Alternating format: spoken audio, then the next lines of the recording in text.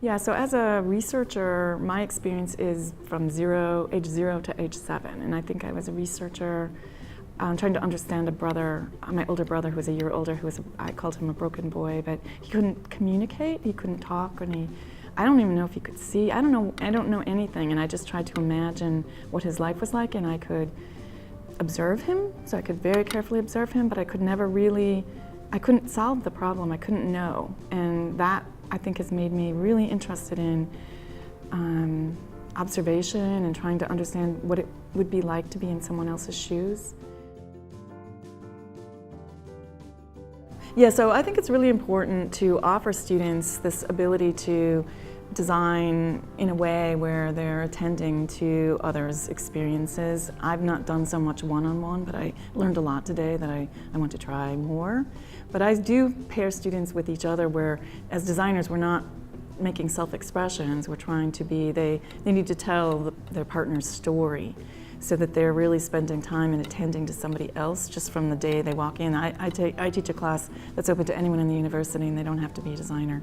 And already I'm saying, it's about somebody else. It's already, you have to attend to their story. And it's hard, I think, for them to, they don't know when they have to exaggerate and when they have to take things out and when and being in service of, I think people, what I loved about today was really thinking about the difference when someone's quite different than you.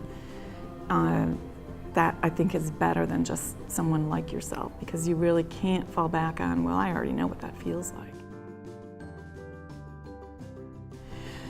I think that at my university, people that could benefit from this one-on-one might be the obvious, because we have a really great service learning group of people who set us up with organizations, but I'm more interested in thinking that we could find people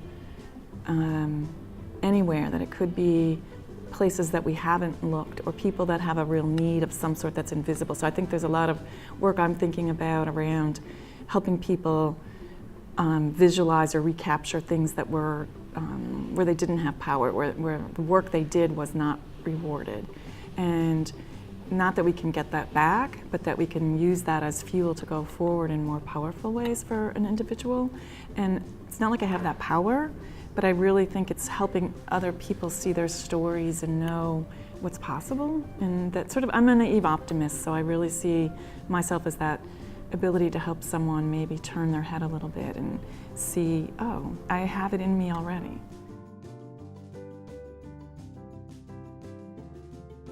I think for the risks for me in taking on some of these things would be if things got too deep or too far away from a place that I, as a designer, felt I had abilities to manage. So I think that accountability of how to help people, if I bring certain things up by making things for them or co-making things or going on a walk and talking about something that might be difficult, what happens if it gets too difficult and I don't feel like I have the facilities to help them? So I think I would know to reach out and get help. So maybe it's not such a big risk, but it feels scary to me. I worked on things around stereotyping where we surfaced stereotypes and pain that people have had, and I always wanted to have somebody else in the room who could help us, and maybe I was too fearful.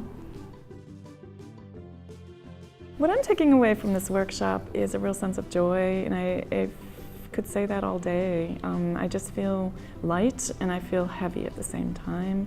I feel there's a huge responsibility that we have to do more, but I feel very joyful it could happen in small connections.